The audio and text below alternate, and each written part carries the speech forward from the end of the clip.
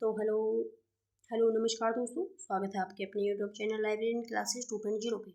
अब हम यूनिट 15 जो कि DLS 01 की लास्ट क्लास होने वाली है दोस्तों, और हमारी भी लास्ट क्लास होने वाली है इस सीरीज़ की। और इसके बाद हम थोड़े दिनों के बाद हम DLS 02 की क्लासेस स्टार्ट करेंगे दोस्तों। तो ये आपकी लास्ट यूनिट है, और जो DLS 01 के इम्पोर्टेंट क्वेश्चन है दोस्तों, वो आपको अब हमारे यूट्यूब टेलीग्राम चैनल है DL लाइब्रेरी क्लासेस 2.0 उसमें अपलोड कर दिए गए दोस्तों। तो आप वहाँ जाकर इसके इम्पोर्टेंट क्वेश्चन देख लीजिएगा, जो आपको एग्ज़ाम में देखने को भी मिलेंगे दोस्तों। और आप एग्ज़ाम दे के आने के बाद मुझे बता देना कि आपके क्वेश्चन मिल गए थे।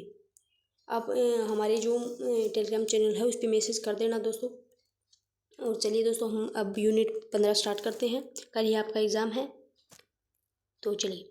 सूची में प्रविष्टियों का विन्यास, जो भाग भय है पुस्तकालय सूचीकरण सिद्धांत, उसमें यूनिट 15 सूची में प्रविष्टियों का विन्यास, यानी कि इसका इंट्रोडक्शन देखते हैं दोस्तों।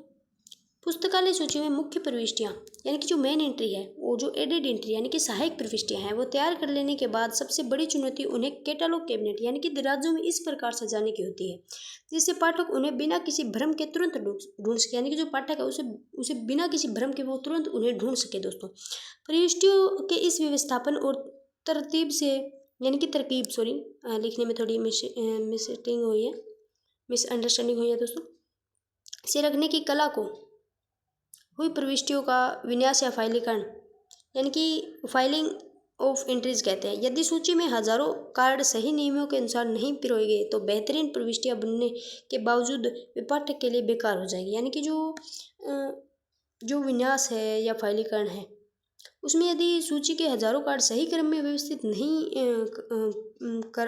व्यवस्थित कर उन्हें पिरोया नहीं गया दोस्तों, तो बेहतरीन जो प्रविष्टियाँ हैं होने के बावजूद भी वो पाठक के लिए बेकार हो जाएगी।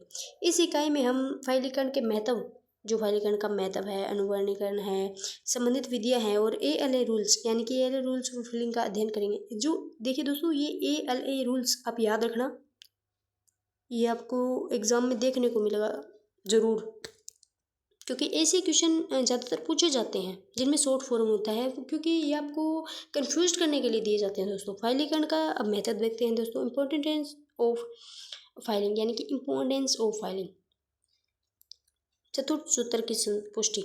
यह पुस्तकालय विज्ञान के चतुर्थ नियम यानी कि पाठक का समय बचाव को पूरी तरह चरितार्थ करता है।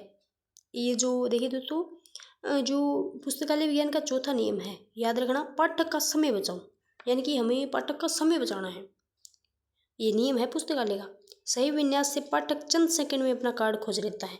व्यवस्था में एकरूपता, बड़े पुस्तकालय में जहाँ रोजाना सैकड़ों नए कार्ड जोड़े जाते हैं, वहाँ फाइलीकरण के नियम कर्मचारियों के कार्य में एकरूपता और निरंतरता बनाए रखते हैं। यानी कि जो बड़े पुस्तकालय होते हैं जहाँ रोजाना सैकड़ों कार्ड बनाए जाते हैं दोस्तों, वहाँ जो फाइलीकरण की ये विधि है वो कर्मचारियों के लिए एक एकरूपता और निरंतरता बनाए रखती है दोस्तों। सूची में विश्वसनीयता यानी कि गलत जगह पर फाइल किया गया कार्ड पुस्तकालय से पुस्तक के खो जाने या न होने का भ्रम पैदा कर सकता है दोस्तों, जिससे सूची की विश्वसनीयता नष्ट हो जाती है दोस्तों। अब हम देखते हैं अनुवर्णीकरण की प्रचलित विधियां देखते हैं दोस्तों। मेथड ऑफ अल्फाबेटिजेशन, वर्णानुक्रमिक A to Z भाग में कार्ड्स को व्यवस्थित करने के लिए मुख्य रूप से दो विधियां दुनिया में प्रचलित है दोस्तों। दो विधियां, शब्द दर शब्द विधि, वर्ड बाय वर्ड मेथड। ये शब्द दर शब्द विधि और अक्षर दर अक्षर विधि यानी कि लेटर बाय लेटर मेथड, ये आप दोनों याद रखना। ये आपको एग्जाम में मिलेंगे दोस्तों, क्योंकि ये आपको जो 30 शब्द का जो अति लघुत्तरात्मक क्वेश्चन आते हैं उसमें भी मिल सकता है, और लघुत्तरात्मक क्वेश्चन में भी मिल सकता है। इसमें अंतर बताओ ऐसे वगैरह आते हैं दोस्तों, तो आप याद रखना। नियम, इस विधि को नथिंग बिफोर समथिंग यानी कि नथिंग बिफोर समथिंग भी कहा जाता है दोस्तों। इसका जो दूसरा नाम है, आपको शब्द दर शब्द न देकर क्वेश्चन में ऐसे भी दे सकता है कि नथिंग बिफोर समथिंग विधि को बताइए। तो इसमें पहले शब्द के अक्षरों का मिलान पूरा होने के बाद यदि बीच में स्पेस खाली स्थान आता है तो उस स्पेस को कुछ नहीं मानकर अगले अक्षर वाले शब्द से पहले ही वरीयता दी जाती है। देखिए दोस्तों, न्यूयॉर्क को यानी कि बीच में स्पेस है, तो इसे देखिए दोस्तों, न्यूयॉर्क, देखिए न्यूयॉर्क, यहाँ न्यू के बाद स्पेस है दोस्तों, इसलिए इसे न्यूयॉर्क से पहले रखा गया है। अक्षर दर अक्षर यानी कि लेटर बाय लेटर मेथड, नियम, इस विधि को ऑल थ्रू विधि भी कहते हैं दोस्तों। इसमें शब्दों के बीच खाली स्थान पर कोई ध्यान नहीं देता, यानी कि जो इसमें शब्द है उसमें खाली स्थान आने पर इसमें कोई ध्यान नहीं दिया जाता दोस्तों। प्रविष्टियों के सभी अक्षरों को आपस में सटाकर एक निरंतर श्रृंखला मान दिया जाता है और वर्णाक्रम के अनुसार फाइल किया जाता है। उदाहरण के लिए न्यूयॉर्क, इसे न्यूयॉर्क मानकर अक्सर मिलाए जाते हैं दोस्तों। इसमें उसमें वाई हटा दिया गया था दोस्तों और इसमें वाई हटाया नहीं गया दोस्तों। सर्वपारगमी और गेस्टाल्ट्स अनुवर्णीकरण। डॉक्टर रंगनाथन का जो दृष्टिकोण है उसके अकॉर्डिंग देखते हैं दोस्तों हम। Doctor S.R. रंगनाथन ने फाइलीकरण को अधिक सूक्ष्म और वैज्ञानिक बनाने के लिए गेस्टाल्ट अनुवर्णीकरण की अवधारणा का समर्थन किया। इसमें केवल अक्षरों के वर्णक्रम को नहीं बल्कि शब्दों के विभिन्न प्रतीकों, विराम चिन्हों और अक्षरों के प्रकार जैसे कैपिटल या स्मॉल के मूल्य को भी ध्यान में रखकर एक सुसंगत अनुक्रम निश्चित किया है। ALA रूल्स फॉर फाइलिंग, आप इसे याद रखना, ये इम्पोर्टेंट है क्वेश्चन और एग्ज़ाम में भी मिलेगा। इससे रिलेटेड आपको छोटा या बड़ा सवाल देखने को मिल जाएगा दोस्तों।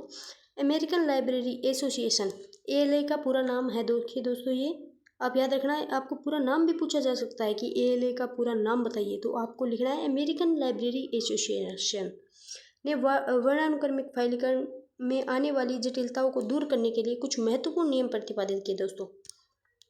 उपनामों का विन्यास, यानी कि सरनेम्स। एक ही उपनाम वाले व्यक्तियों के कार्ड्स को उनके वास्तविक नाम के प्रथमाक्षर के वर्णक्रम में सजाया जाता है। जैसे स्मिथ जे पहले आएगा और स्मिथ जोहन बाद में आएगा, यानी कि जो कैपिटल जो पहले जो वर्ड है जे है वो सर्वप्रथम आ गया दोस्तों, उसके बाद स्मिथ जोहन आया है।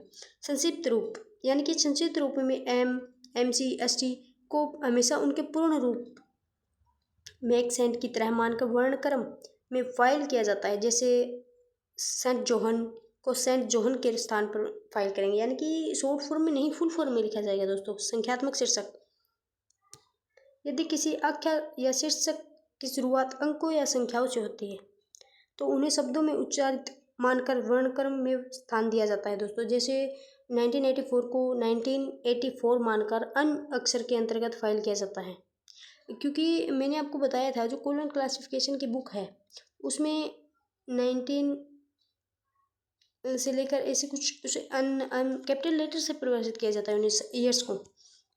तो आप जब DLS 02 पढ़ेंगे तो उसमें आपको अच्छी तरह से समझाया जाएगा, क्योंकि बुक देखकर आप समझोगे तो ज़्यादा समझ पाओगे।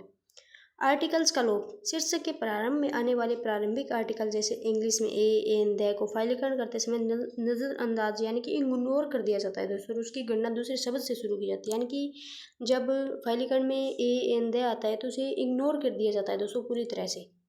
तो अब हम इसके इंपॉर्टेंट क्वेश्चन देखते हैं दोस्तों।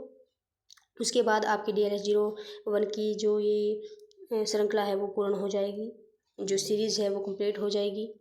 और कल आपका एग्ज़ाम है दोस्तों। एग्ज़ाम के लिए आपको बहुत बहुत बेस्ट ऑफ लक। तो हम शुरू करते हैं क्वेश्चन।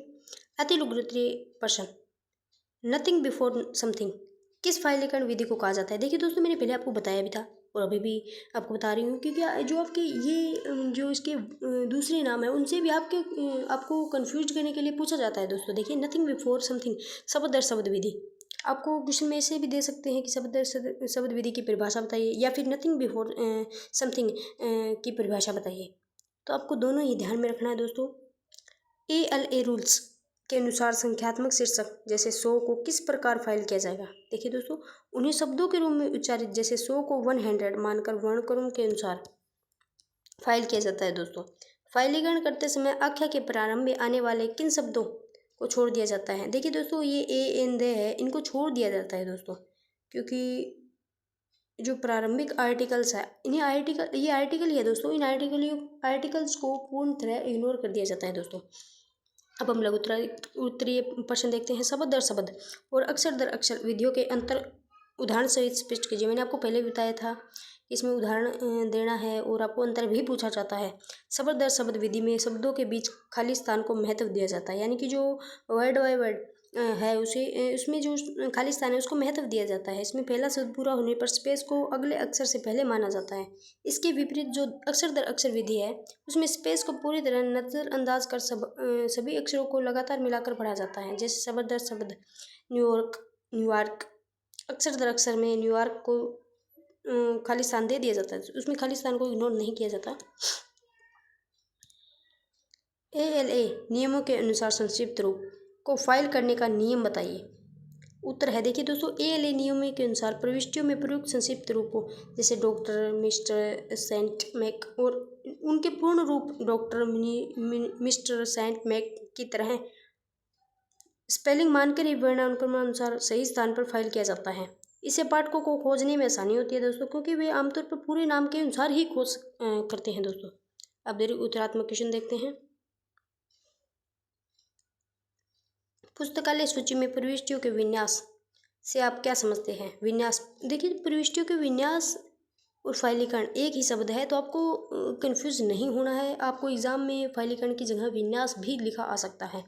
अनुवर्णीकरण की विभिन्न विधियों की व्याख्या करते हुए ALA के rules for filing catalogue cards के प्रमुख नियमों का सविस्तार वर्णन कीजिए। देखिए दोस्तों, इसमें थोड़ा मैंने शॉर्ट में लिखा है ये आंसर, तो आप थोड़ा बड़ा कर लेना उसको। और ये जो PDF है 1 से लेकर यूनिट 15 की आपको हमारे टेलीग्राम चैनल लाइब्रेरियन क्लासेस 2.0 पे मिल जाएगा दोस्तों, जो आपको इस वीडियो के कमेंट में लिंक भी मिल जाएगा उस चैनल का। और वहाँ पे आपको जो DLS 01 के जो इम्पोर्टेंट क्वेश्चन है जो एग्ज़ाम में मिलेंगे आपको ज़रूर, उसकी भी एक जो वो क्वेश्चन है वो भी डाल दिए गए हैं दोस्तों। तो आप हमारे टेलीग्राम चैनल को ज्वाइन कर लीजिएगा। और आगे आने वाली जो DLS 02 है, 03 की क्लासेज है, वो भी आपको फ्री में यहाँ अपलोड करवा दी जाएंगी। जहाँ कुछ क्लासेज मेंबरशिप के तौर पर आपको वो क्लासेस देती है, तो हम ऐसा नहीं करेंगे, हम आपको बिल्कुल फ्री में प्रोवाइड करवाएंगे। इस बार थोड़ी मेरी तबीयत ख़राब होने के कारण और घर में शादी होने के कारण थोड़ी लेट हो गई क्लासेस, पर फिर भी आपको एग्ज़ाम से पहले आपकी पूरी यूनिट कंप्लीट करवा दी गई है। सॉरी, पूरी जो सीरीज़ है DLS 02-01 की वो कंप्लीट करवा दी गई है। तो आप हमारे साथ ऐसे ही बने रहे दोस्तों।